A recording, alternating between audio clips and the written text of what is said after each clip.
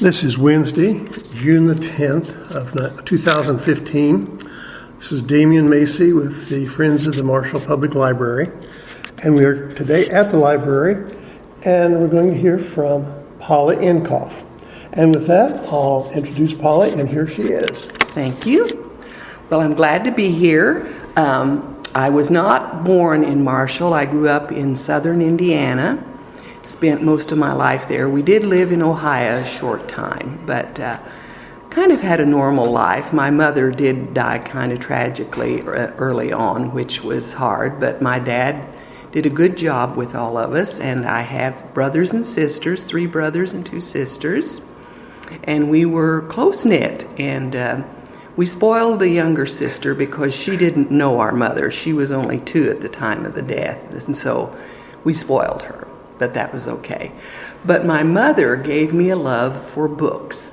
She loved reading and books and wanted us to learn to read. And one of my brothers is named after Oliver Wendell Holmes. He has the name Wendell, and we used to tease him and say, she could have named you Oliver.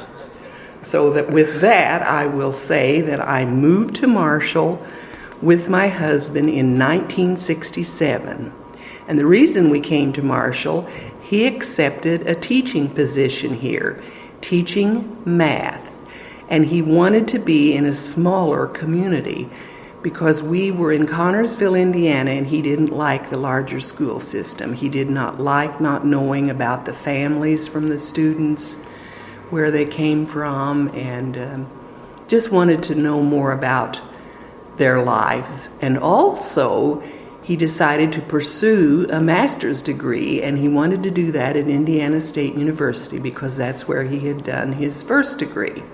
So it was for twofold reasons we came here. He wanted a small school, and he wanted to be close to Terre Haute. So we got acquainted with a lot of people right away in Marshall and became a part of the First Christian Church.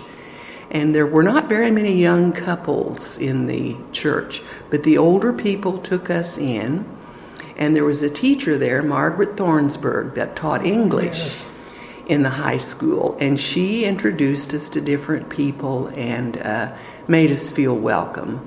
So right away, we seemed to fit in, especially my husband. He loved it that people waved and spoke to you, and I was a little bit, I don't know what you would say. Maybe I kind of hung back a little bit because there were things that I missed from the larger cities and being close to Cincinnati and Indianapolis when we were in Connersville. But I soon decided that Terre Haute was a big enough town that we lived across the bridge, is what I called it. So we kind of redeveloped some relationships with people that we'd had in Terre Haute, and that was fun. And we would go there to shop and to eat. And so one day I was talking to David about a family that was related to another family. And he says, "Oh, Polly, I don't think you're right on that. I don't think you're correct on that." So I had a terrible time convincing him that this family was related to this other family. And finally I said to him, "David, let's make a pact. Let's not gossip in this town because everyone is someone's 4th cousin 15 times removed." So we decided right then we would not gossip. But Marshall did make us feel at home, and especially the school system. The superintendent at that time was Charles Bush, and he found out that David liked to announce and sing and different things like that, and that David really wanted to be a part of the community. So he got David doing a lot of different things and helping with sports, and eventually he became the voice of the Marshall Lions, and he announced the football games. And then that led into announcing parades and different things. And we had always sung together, so we got to sing at several weddings and sometimes, sadly, at funerals. And Helen Moore played the organ at the funeral home, and she so enjoyed playing for David, and she and Basil became good friends to us, and we appreciated them. And I worked for the school part-time in the libraries. That's what I did. And there again got me back to books. And my sisters have always liked reading, and my one sister was an English teacher, and she found out I was working in the library, and she said, "Oh, good, maybe you'll pursue a librarian degree." But I wasn't convinced that I should do that. So I didn't go, enroll or take classes or do anything. I just kept working in the library. And we finally found a home to buy because we were just renting, and we wanted to be more permanent. So we found a home and moved to 615 North Michigan Avenue. And we were only the second family to live in the home. And soon afterward, I found out that I was going to have a baby. We had contacted an adoption place and a lawyer because we had been tested and thought maybe we couldn't have children. But we had a baby girl named Jennifer Lane, and we were very, very happy. And again, the city of Marshall was overwhelming in their welcoming of our child, and so happy for us because we had been married 9.5 years, and a lot of people knew that, and so they were so happy for us. And Jennifer was a delightful child, so I stopped helping out in the library and wanted to just stay with her and raise her, and because we'd waited so long for her, and she was such a blessing to us. And so we got started coming to the Marshall Library when she was about 4. And I remember especially in the summertime, Audrey Davidson was the librarian. Mm-hmm. And we would come once a week and go upstairs to in the library, and she would have a movie for us. And it was very hot up there, and she had this humongous fan, and she would turn it on, and she would have to turn the volume really high because of the roar of the fan. And so, if I'm right, that library was up over the City Hall, yes, which is now the Chamber of Commerce that's building. right. On the second floor it was a different place, right? Mm-hmm. But it was hot up there. But we did enjoy the movies. And so that got us started coming to the library. So Jennifer got ready for kindergarten then, and loved school, and I began helping again just as a volunteer, not a paid person at the library, and helped the different librarians with book fairs and different things like that, and helping to, we began entering books and the names of them and making an inventory in the computers. And so back to computers, David was the first computer teacher here in Marshall. They decided that we should be up to date and have computers. So the superintendent at that time was Mr. Eaglin, Gerald Eaglin, and he came to David and asked him if he would be interested in introducing computers to the students in the high school, and that's the way it started. So the first computer, Jennifer and I decided it should have a name. And Mr. Eaglin delivered it himself to our home for David to work on in the summer, and we decided it should be called Charlie the Computer. So anyway, of course, Jennifer learned on the computer too at an early age then and was fascinated by it. And David took a class at Ivy Tech that fall to help him with the computer. And he had about 8 students, I think, his first year at the high school that were brave enough to enroll. Venture out. And he did that. And like I said, I kept working then as a volunteer at the library. And then I took on a part-time bookkeeping job for a missionary that was in Brazil. But our minister at the church is who asked me to do it, and it was writing checks and keeping track of their bank account here in America. And that was pretty fascinating. He would write me different things that happened and send me pictures, and I really enjoyed that. That was something that was, and like I said, I kept volunteering at the library. I did a lot of work at the North School with James Markle, who was librarian there. And we got along just fine, and we just did a lot of special projects trying to make the computers more helpful to us in the inventory of the libraries and things like that. So I kind of got started on the computers too. And I remember one time I had entered about 25 new books there, and I accidentally hit the delete key. How many of you have done that? And I lost all those and had to redo them. So we laughed a long time about that Polly's fingers were just too big for the computer. So we had a laugh about it. And after that, you backed up. Yes, we did backups then. We learned to do that. So we became part of the computer age. But David kept teaching, and then I'm not sure whether it was a phone call to the high school or a letter, but the Lakeland Junior College was needing people to help with their adult extension classes, and especially they needed someone to help in math. So David accepted that and began doing that in evenings, and sometimes I would go to class with him and try to learn some more about computers, but some of it didn't soak in. And so Jennifer kept growing and doing things and was very active in school, in music and in programs, and we just, like I said, really enjoyed her. And my family would come to visit in Marshall, and they loved our town and our park, our Lincoln Trail Park. When they would come to visit, we would usually go to the park. And I remember David's mother and father came one time to visit, and we decided to take them to the park, and we fixed the picnic and everything.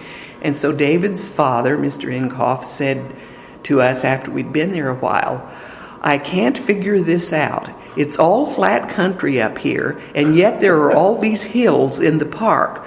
Who hauled all these hills into the park?" So we just explained to him that was the lay of the land, and that just every so often you would find an area, even though we're a flat prairie state, every so often you would be blessed to find an area where there were some hills. And of course he came from the hilly country of southern Indiana. So what town was Shoals, Indiana, Shoals, on okay. Highway 50, near Vincennes, near Washington.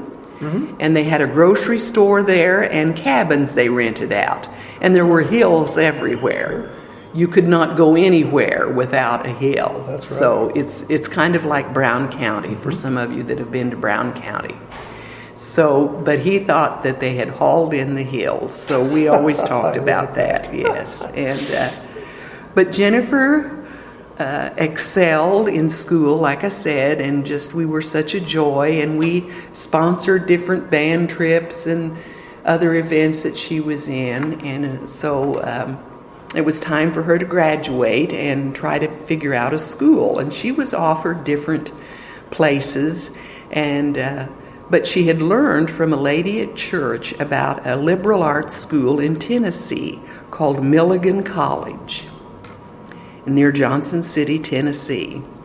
And she wanted to go there and visit because of everything they offered, and was kind of a Christian environment and a small school, small classes, but they offered a lot of subjects, so they were really up on things, and had a nice computer building and were very computerized. That's hard to say. And so we visited there, and then she was considering Millikan in Decatur. And so we'd been home from the visit, a week or so, and she'd talked with me about it. And so after she'd gone to bed that evening, I said to David, "I think we will be driving to Tennessee to visit our daughter. I have a feeling she's going to go to Milligan College." Well, David didn't think so. He thought she would go closer to home. And the University of Illinois offered her a nice package. And the armed forces wanted her too, but she said she didn't think she wanted to learn to use a gun and crawl under barbed wire fences. So she said no to that right away. But anyway, in the course of events, she did decide on Milligan College, and we had to drive a long way to visit her. But in the summer, between her freshman and sophomore year, my husband had some health problems, and we found out he had heart disease. And they also were doctoring him for some problems they thought with his gallbladder. So in early August, he was in the hospital for what we thought was maybe gallbladder removal. But his heart collapsed and he passed away. So we had to hurry around and notify the school, of course, so they could find someone else to teach, and all the organizations that he was in. He was active in the Masonic organizations, and we had to get people to take his place doing things. And also, he had been announcing for the ISU marching band, too. That came about through another person at the college. And so we had to notify them. And Jennifer, of course, had already started her life in college and wanted to go back to Milligan. So 2 weeks after her father passed away, I took her back to school. That was a little difficult. But she had her friends and her life established there, and I did not want to interrupt that. And so I had kept doing my part-time job all those years. And what did Jennifer major in school? She majored in youth director, or whatever you want to call that, or children's ministry. But she did some other things too, took some other classes too. And her master's degree she did in elementary education. So she started school when she was 4 and didn't stop until she was 23, and she had her master's degree. So she really went to school a long time. So she got it in elementary education, her master's degree. So, but now where was I? I'm sorry, interesting. You were talking about taking her back to school. Back to school, but I was happy for her, but sad for me, I'll be honest. But I kept doing my part-time job, and I also said yes to helping a family take care of their little baby for about 3 days a week, and then the grandmother had him 2 days. His name was Jordan Nave, and that was fun to take care of a little boy. So I did that and my part-time job.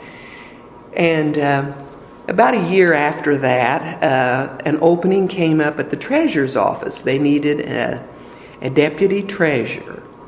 And I knew from friends in the courthouse that the job was open, but I also knew that it involved using a computer. And like I said, I did not have formal training in the computer. I just hit or miss trained, mostly missed. And so, but anyway, I didn't think too much about it. And we were doing a Christmas program at the church. And the treasurer, Carol Ann Cornwell, came to the program. It was open to the community, and we were in a new church building at that time, and so we were having an open house, kind of along with this music program. And so she had come to the program, and afterward, she came to me and asked if I would consider interviewing for the job. Since she was the treasurer, she could kind of pick who she wanted to within reason. And I said, well, I hadn't thought about it. Let me think about it and pray about it. And so I decided to do it. And there were 2 other people that interviewed. And the one lady decided to drop out because she lived in Martinsville and she didn't want to drive in the winter. So the other gal, I'm not sure what happened with her. But Carol Ann called me back a second time to come in and talk with me. And one of the other ladies that worked there, Nancy Swope, talked to me a little bit about the type of computer program and what it was, and that they had a computer person in Springfield that helped them, and when they got into trouble, would walk them through it. And so the computer was fairly new to the treasurer's office. They had mostly done everything by hand and typewriter.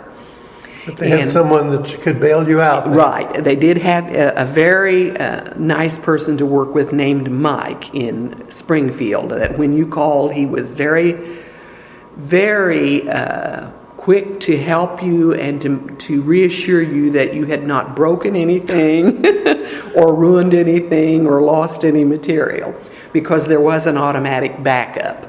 So I didn't have to worry about that delete business. So in the end, I said yes to the job. And I stayed with it for 11 and a half years. And Carol Ann Cornwell was very wonderful to work with.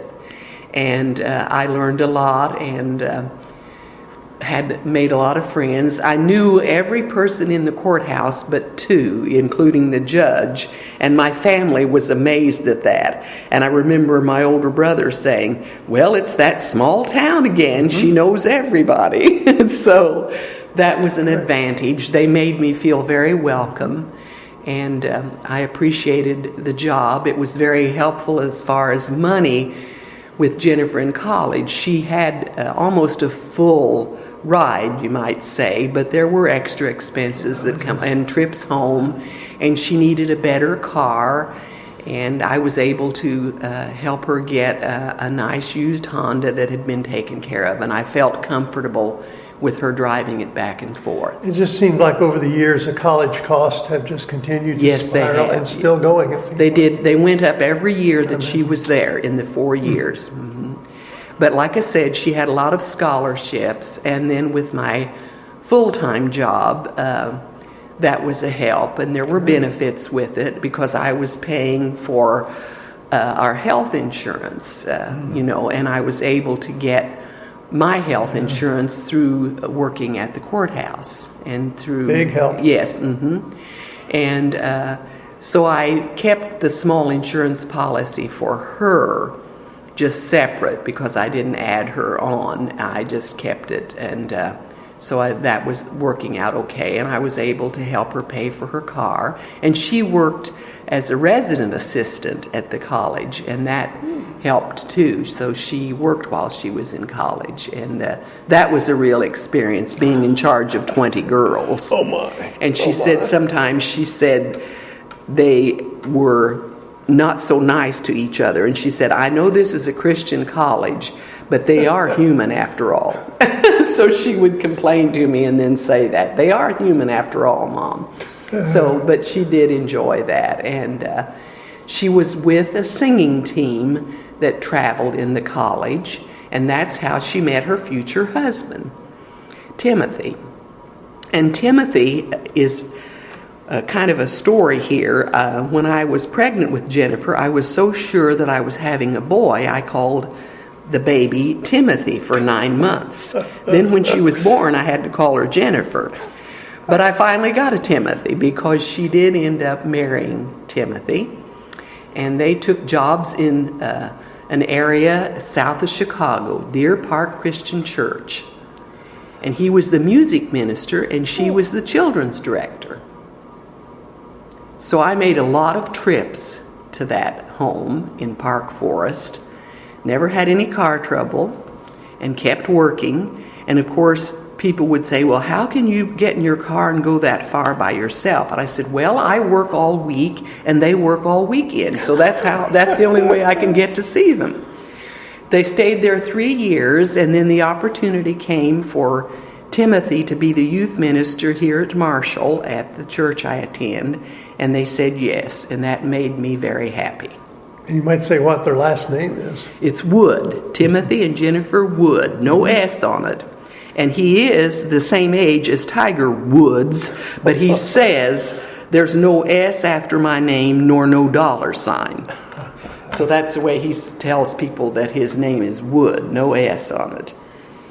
So they did come to Marshall, and they had a baby boy, 4 months old when they came here, Isaac.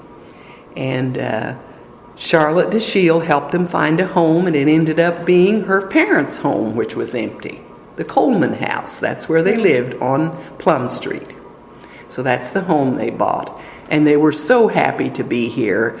Timothy had grown up in Pennsylvania, and then his family had moved to Kentucky. And he was so happy. He lived in a small area in Kentucky. And when he said he wanted to go to Milligan College, he had a friend that had gone there. They didn't think he would stay there long. They thought he would decide that it didn't really offer a good music program. Well, they were soon surprised when they went to music programs there, and when they found out what his professors expected of him, and most of them had PhDs, they were really surprised about this small liberal arts school in the hills of Tennessee. But anyway, back to Marshall, Jennifer told me that she might teach someday, but she didn't know. But she wanted to stay home with her children because she appreciated that I had stayed home with her. And so she wanted to do that too. And then they had a second boy, Ezra, and she was happy to have another playmate for Isaac. And then they had a third boy, Simon. And when Simon was in preschool, the school came to her and asked her to teach music half-time. And she had had some music classes, but not a degree in it, but could play piano and could sing quite well and played saxophone and, could teach music within reason. So this was elementary at the South School. So she taught half days and really enjoyed it. And I helped some with Simon, but he was in preschool in the morning when she was teaching, and then she had the afternoon with him, which she was glad about. She felt a little bit like she was being unfair to Simon because she was leaving him with me and with another babysitter, and she had not done that with the other two boys. But he got along quite well and adapted. And all three boys have different personalities, but they love being in Marshall. And Timothy and Jennifer are very thankful, and I'm thankful they're here, very thankful. And back to the library, when the boys got old enough, Grammy is what they call me, I would bring them to the library. By that time, we had a modern, new, one-story library with everything and anything you would want, and wonderful librarians. So I started them young coming to the library. The thing was, Grammy always needed extra money because there were restaurants nearby, and they always wanted to go to lunch because the library opened at 10. And so we would be here when it opened, and then it would be lunchtime. So Grammy had to have money with her to go to lunch downtown in Marshall. And the middle one, Ezra, the first time he realized that the library was what we would call in the downtown, he would say to me, "When we go to the downtown to the library, which restaurant will we eat in?" So he prefaced everything with, "Where will we eat?" When anything that was connected to downtown, you always ate downtown. So we thought that was so funny. So I continued to work until 2005. And that's when I retired, but I stayed on and worked part-time. So I worked part-time for several years. And then 2 years ago, I just told, we had a different treasurer then. Carol Ann had retired, and Sherry Higginbotham was the treasurer. And I told her that I wanted to be more free to travel with my sister who lived in Mount Carmel because she had retired from teaching, and her husband had retired.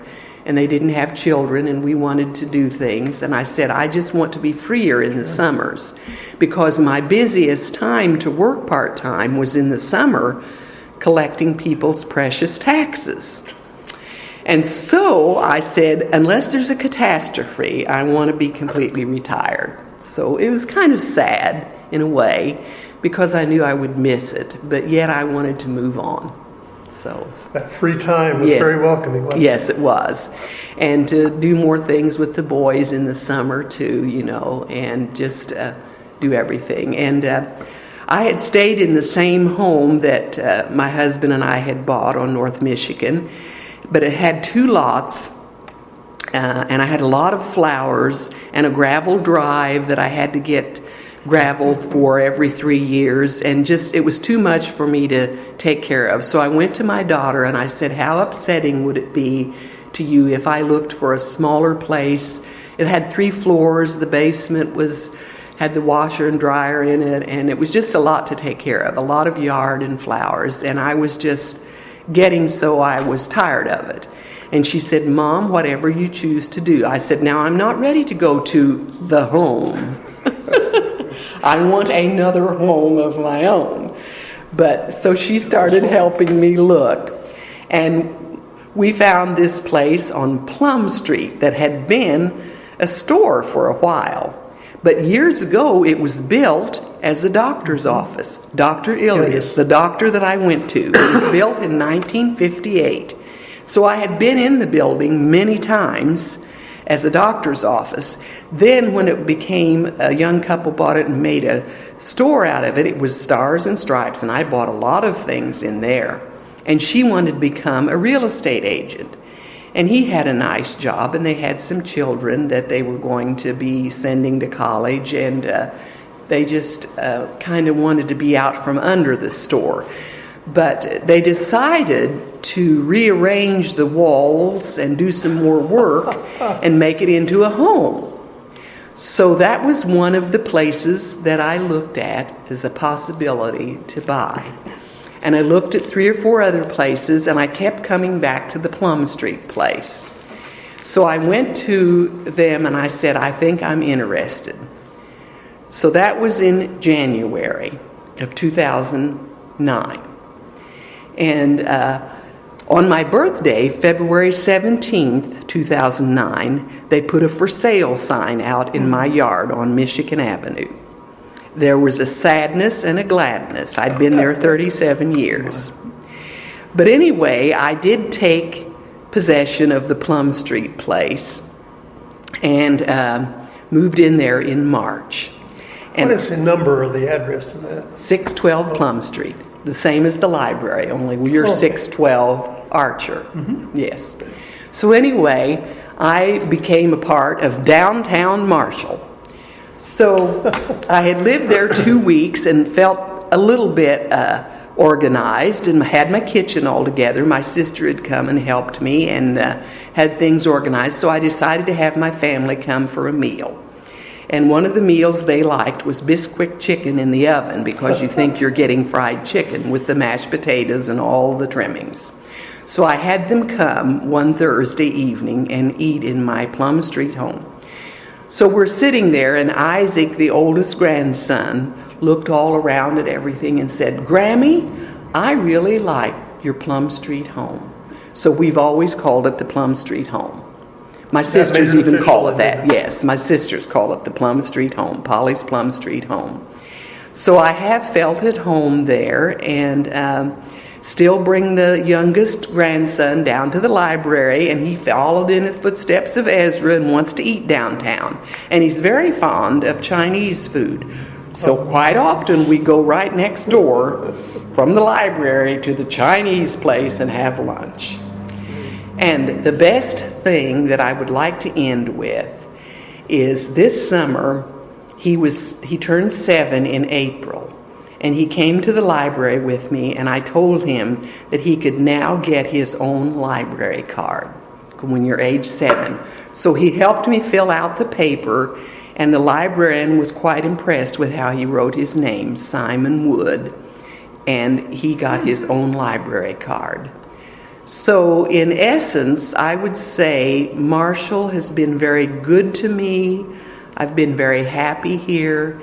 And I'm glad to have my family here, and thankful for the library and for everything that it does. All the programs they have, it just amazes me. And when my husband did pass away, I had several people say to me, not knowing my background or anything, that my parents were deceased, will you go back to your people or go back to your home? I said, no, Marshall is my home and my people. So I've just stayed here and really enjoyed it. And so I'm thankful to have this opportunity to do this audio. And this very last question says, if you were talking to someone in England, describe Marshall and why you live here. And I would say the friendliness, the simplicity, but yet the future of Marshall looks good because our leaders, our fathers, our city fathers try to make Marshall very modern and at the same time keep it a wonderful small town. And so I just really appreciate that and enjoy living in Marshall, Illinois, USA. Well, Polly, it's been a delight visiting with you, and you've covered exactly so many of the things that I think people will be interested in, because this will become a part of the files of the library and will be accessible for future people to read. Okay. I'll just ask a couple questions. Is there some particular person in your lifetime that has just really kind of turned the tide of your thoughts and your philosophy? I would say my father, because after my mother died, since I was the oldest girl, he relied on me for a lot of things, and we came very close, and I kind of adopted his philosophy of life, to treat others the way you wanted to be treated, and to always give people the benefit of the doubt. So I would say my father influenced me quite a bit. That same question, over your lifetime, is there a particular world event or a situation that has really, you think, kind of turned the tide of the way you think or your lifetime? Well, I don't know that there's any one thing. I've had a lot of people that you might call mentors in my life, too many really to name, that have just kept me, I'd say, in check, you might say, that have been somebody that I could, just talk to. I don't necessarily have one best friend. I have a group of friends, a group that I rely on to kind of check and balance. So I don't know that there's one person, but I would say my father really influenced me a lot, was very open with me, and just explained a lot of things to me about life. And with all of our major conveniences and everything that we have now to make life a little easier, is there some particular thing that you say, gosh, I just couldn't live without that? Well, being alone, I would say it's electricity, because having the availability to have a microwave if I need it, and plenty of lights. I like light and appreciate the nice windows that are in my home. And I would say electricity is something that I do use my CD player to play music when I'm there, and I watch a lot of PBS on television. So I would say electricity. Polly, I noticed there's one thing you really did not mention, and I thought you might, of your love for music. Well, that comes from my father also. He played violin and sang, had a nice bass voice, and we always sang at church, and he trained us early to sing, and we had a piano, and he taught us to basically learn songs. I'm not a trained pianist like my daughter and son-in-law, but I can learn a song, and I have a piano in my home. And so I would say it was, again, back to my father. We sang a lot at home, and he had friends that would come and bring their instruments, and we would have kind of a music night at our home every so often, which was fun. Great. Yes, and he played banjo also and guitar. But he had a nice bass voice. So he would ask us, he would have my younger sister to sing the melody, and then my other sister and I had to pick out a harmony part. So, but we always sang. So and then my husband was a singer, and his mother influenced him to sing. Now, do you sing in the church choir? When we have a choir, we don't have an organized one, but and we had community cantatas here for 17 years, and I was able to sing in all 17. So that's another thing about a small community. All the churches would come together and have a cantata in the spring around Easter time. So I was able to do that for 17 years, and that was fun. And I know that's kind of dropped out the last couple of years. Yes, we haven't had a thought director. That might be rejuvenated. They just can't keep a director, and then the people that had been doing it were getting tired of all the practice time and not wanting to give up the time for practice to learn it, because it is quite tedious. Mm-hmm. Yeah. There's some wonderful programs back there, and I'm delighted that you participated in those. All 17 years. So I knew you loved music. Yes. And kind of thought that was something, gosh, I want Polly to bring that out. Okay. Well, Polly, this has been a delightful time to visit. Thank I've learned you. a few things from your past, And as I say, this will become a part of the library for future people to see. Okay, all right. And we thank you very much Well, for thank taking you your for time asking out me. to I do this appreciate it. with I us. feel honored. Well, thank you. All right.